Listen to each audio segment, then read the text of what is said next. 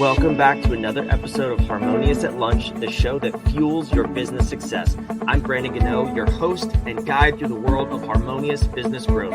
Today, we're unlocking powerful strategies with industry experts to help your business thrive. If you're a business owner, entrepreneur, or executive, you are in the right place. Join me and our incredible guests today on the journey to clarity, growth, and success. It is time to revolutionize your approach to business. Let's dive in with another episode of Harmonious at Lunch.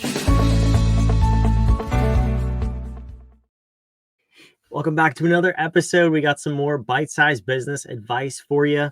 And I have a very, very cool guest with me today from the other side of the globe. And we are going over to New Zealand. Let me first welcome him on before we get any further. Nick Brabant, welcome to the show.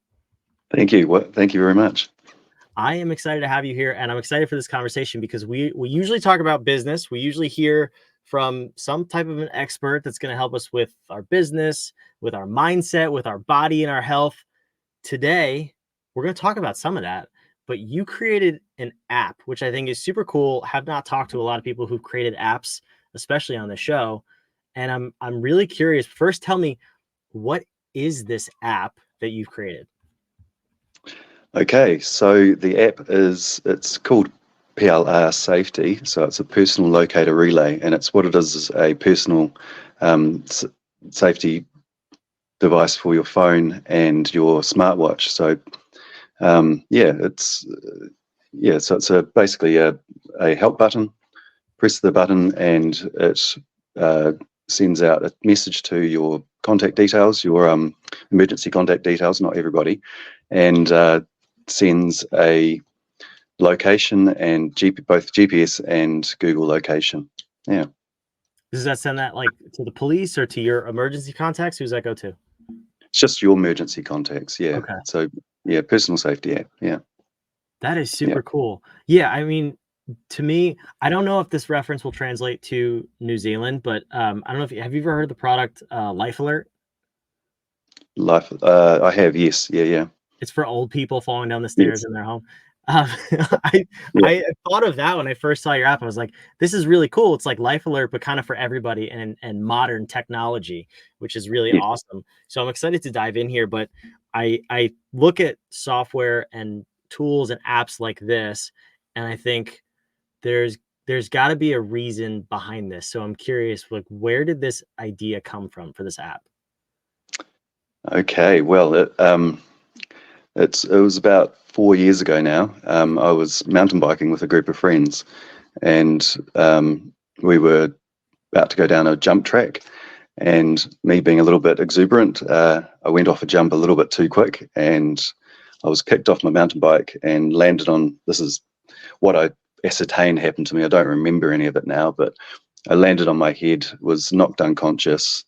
I was unconscious for around 8 minutes. And broke my elbow, a couple of ribs. My face was all messed up, and ended up with a flight to the hospital. And so that's essentially what happened to me. And whilst going through my recovery, I started getting some of the information from my friends about what had actually happened. And the recovery was long. It took a year to fully recover, but for the first few months, I was sitting pretty much just recouping, and some of the footage that I got showed the helicopter circling around overhead where we were. The tree cover was too much for them to actually find us, and so they were having to do a grid pattern search backwards and forwards to try and find us, and eventually found us. It took them around 20 minutes, and that was where I went, well, if I had it on my phone or my watch and I had a help button that said that the GPS coordinates and Google Map, they would have been straight there, saved that 20 minutes, possibly saved a life, saved $1,000 worth of petrol or fuel, gasoline. and so that was essentially where the whole idea came from. Whilst I was there, the crash was it was quite a nasty one. What happened was, when I finished, I was lying with my head under my chest, not breathing, and fortunately my mate's daughter was following us down. She's a 15-year-old who had he'd trained her in first aid and found me and pushed me into the recovery position, and then went and got help as well. So she's my little guardian angel, and yeah, so that's where it came from, really. Yeah. Yeah, that's awesome that she was there. You Kiwis are nuts, mountain biking and falling off hills and stuff. That's crazy. Although I've seen pictures from New Zealand. Was Lord of the Rings shot in New Zealand? Yeah. I mean, the scenery is unbeatable. Like, I don't blame you for being crazy and mountain biking like that. But I love how like amazing products come from times of need, or in this case, survival and life and death situations potentially. Had you been by yourself, you may not have had the same outcome, which is super unfortunate or in Yeah. situations. But an app like this, coming from something so bad and devastating for you, and now you're able to help people and save lives, essentially. I absolutely love that story. So tell me about now, so I want to go through the process because I love seeing how business unfolds from idea to execution to actual product in the marketplace. So your app is currently available. While we're talking here, I'm going to toss it on the screen in case anyone wants to go check it out, and maybe download it. It's globe wide, right? Like everywhere Yeah. can access it. Okay. Yes, everywhere in the world. Yeah. Yeah, so that's fantastic. It's on the screen. If you're listening to this, it'll be in the show notes as well. But I'm curious. So you have this idea and you're like, Hmm. this is interesting. What was the kind of next couple of steps for you from validating the idea, but then to also like building an app? Because we were joking before we started recording, neither of us are technologically advanced. So how did you go about making that app into a real thing? Yeah. Well, yeah. So initially, I had to do a business plan. So I've been trained in doing business plans through my previous employer, and so going through the business plan, one of the biggest things I came across was the personal locator beacons, the PLBs, and which people use when they go backcountry, skiing, whatever, places where you don't get cell phone coverage, and and I have one. I have one, and I didn't have it on me because I was in a mountain bike park. I had cell phone coverage. I was only a few hundred meters from the main road, maybe a kilometer from the main road. So yeah, you feel safe, but just the fact of the tree coverage and where I could have fallen down a bank or whatever, it, it wasn't really one of those things that you would have taken, to set off a personal locator beacon, which sends a message to the states through satellites, and then back to somewhere in Australia and back to New Zealand. It's this massive rigmarole. Whereas the cell phone thing just sort of made sense for when you're doing sports, when you're walking alone, when you're women's safety, children's safety, like you said before, the elderly in the home. If they fall, they may have forgotten to put their life thing around their neck, and so they've got their watch on and they can press the help button. So there's lots of different options there. From going from that business plan idea, and that was where everything just sort of exploded in my head. It was, wow, there's a possibility here. There's nobody else doing this. I started going to Wellington, which is the capital of New Zealand, to meet with app developers. And this is quite a good story.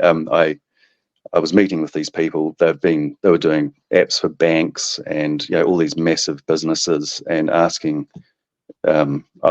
It was a lot of money, and it was going to be the make or end of my business. It was like finishing at the start. But I was talking to an Uber driver, and he, this Indian chap, very nice, and he asked me what I was doing in Wellington, and I told him, and he said, "Oh, how much is it going to cost you to do that?" And I told him, and he was like, "Oh, no, no, no, no, no, no." I was like, "What are you talking about?"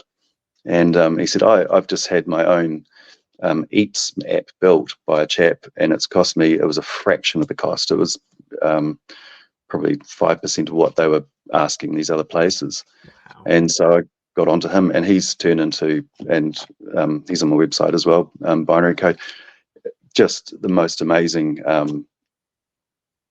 business to work through. He's yeah, it was great. And so I was very, very lucky and well within my budget to create this thing. So yeah, I managed to do it. It was yeah. That's so crazy. So moral of the story is if you have a business idea, just get in like 50 Ubers and see if you get any good business advice. It's you never know who you're going to meet with in Ubers. I met with Yeah. another one just the other day who we may be going into work together with. So yeah, it's good to talk to people. That's actually interesting. I mean, kind of a side note, tangent. I've been in a number of Ubers, and I like to talk to the drivers too, because you hear so many cool stories. You And do. like a good percentage of them are just very wealthy investors. I mean, I've had several conversations. They're real estate investors, stock market investors, and they're bored. And they're like, Yeah, yeah, I just can't sit at home all day. I have to do so. I just drive Uber. I'm like, what? yeah, You know more about business than me, and you're driving me to a business conference. Like, what is happening right now? So yeah, anyway, yeah. um, It's great. that's that's a very cool story. So okay, so you got the app built, and then when was it officially like fully built and done versus when it was launched? Uh, yeah. So the process of having it built took around 4 months, I think, 4 or 5 months of regular travel and meetings with my developer, and from there um, we had to get it launched into both the app stores, so into Google and into Apple. Google was very, very simple. It was done within, I think we'd jumped through all the hoops within about 3 months. Oh no, sorry, about a month. And so yeah, so to get through those into those app stores, you have to have lots of documentation about how you're protecting people and security and all that sort of stuff. They're very pro that, which is great. And then the Apple store was a lot longer. It was about 6 months to get it through them. Wow. They're a lot more stringent with what they need, yeah, and how the app works and how it can be changed and people can, it was a tricky one. And I unfortunately I released it. So when it was launched officially, it was so with both of them done at the same time. Was only maybe 3 weeks before COVID hit, or in New Zealand anyway. Yeah. So Yeah. So I'm kind of interesting then. During COVID, kind of seems like it could go one of two ways. It's either that would be the perfect time or the absolute worst time because everyone. I don't know about how you guys were, but um, you guys were pretty strict with the lockdowns, right? Like, did anyone need the app? no, No. we couldn't. Okay, yeah. I could walk about 100 meters from my house. That was Mm. about it. Yeah, it was very strict. So then, terrible time to launch, essentially. Yeah. Oh, absolutely. It was. Well, I believe so, but it didn't work out anyway very well. All right. So then fast forward, we're here today. We're well past COVID, thank God.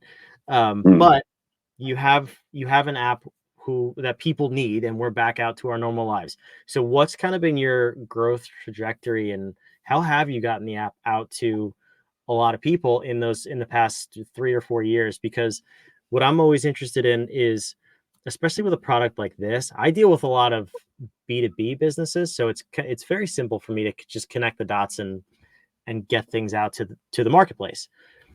B2C though is a whole different animal, and you're dealing with people finding your app in the app store and then downloading it and then using it. I mean, it's like a very intricate process. So how have you gone about doing that?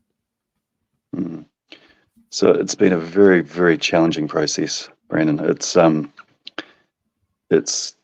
well, initially it's taking an app that people. Well, this is my sort of catchphrase that I've been saying is it's an app that people don't realize they need until they need it. Yeah. It's and so you're trying to sell them something that they don't realize they will ever need, or so marketing has been tricky. the first while all I was using was the standard Facebook and Instagram, which this is only my opinion, nobody else's. I found it a waste of time. Most people are like myself. When they see an ad and those things, it's like, go away. I'm not interested. I'm not here to see adverts. I'm here to talk to my friends. I'm here to see what my friends are doing. And so most of my marketing is coming now, actually, like by talking to people like you, and networking events. It seems to be the best way. You start getting to know people. People are recommending you to others. I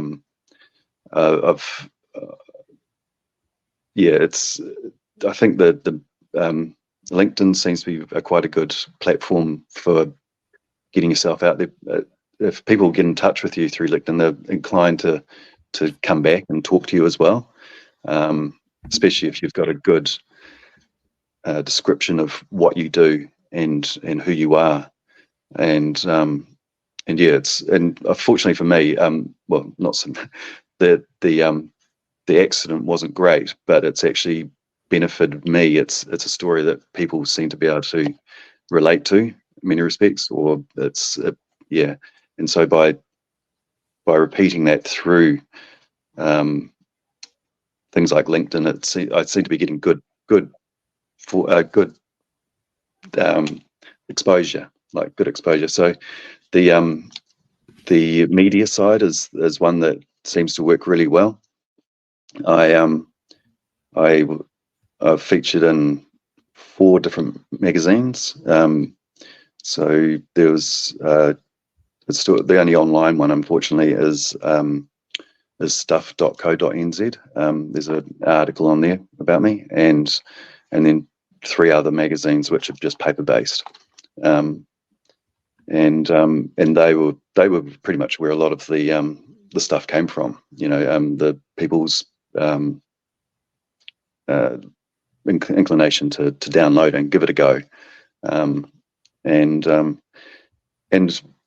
I've done a couple of other little things. It's free in the Ukraine at the moment. I just thought, there's a lot of children in harm and a lot of people in harm's way. And if I could do anything at all, I'm not supporting, I'm not against, I'm just saying there's people who are in trouble, and if they can use my app to keep themselves safe, then great. Yeah, that's amazing. That's really cool. And I was going to say, I mean, a story like that, a story like your personal really need for the app that you didn't have is probably so powerful in connecting with people, because they can see themselves in a situation, whatever it is, whether they ride bikes or they go for jogs, whatever that is, they see themselves in that position and say, no, this could save my life. This could be a valuable investment, a valuable tool to have on my phone or my watch. So that's really cool to hear how you're going about that. I know it's a slow process and it's going, but looking forward, how do you see this app like getting into the mainstream, and what's your goal with it really to help people? Is there a specific community you're looking at? You come from, mountain biking, bike riding, but what's your ultimate goal with this app? Okay, so the app is I produced it initially as a personal safety app, right? But what I've done through my app developer recommended that we make it a white label app, which is essentially an app where I can remove all of my corporate imaging off and put anybody's corporate image on it. So, any business out there where their staff are at risk, for instance, maybe real estate agents, something like that, where they're constantly going to people's homes as part of their work, and they're often by themselves, and so they're at risk. And so what that business could do, they could take my corporate imaging, I can put theirs on, they can put we can put tracking on it, we can put all this other stuff. It's got no tracking on there at the moment. I do no tracking whatsoever. I don't want to know what people are doing, but we can do that if they want. It's a bit of a task to do that, but we can do that for individuals depending on how they want to tailor it for themselves. So that's one of the biggest areas where I'm trying to get into at the moment, which is where I sort of link in quite well with your business podcast. Is that it's very tailoring the whole thing. So I've made it so it can be tailored for anybody to use, basically. Yeah, and so that's where I'm wanting to head. Like the personal stuff is good, but I think the business side is something that I can really start to attract. I've had quite a lot of downloads. One of the things with the app stores, many people will download, but they will never open their apps.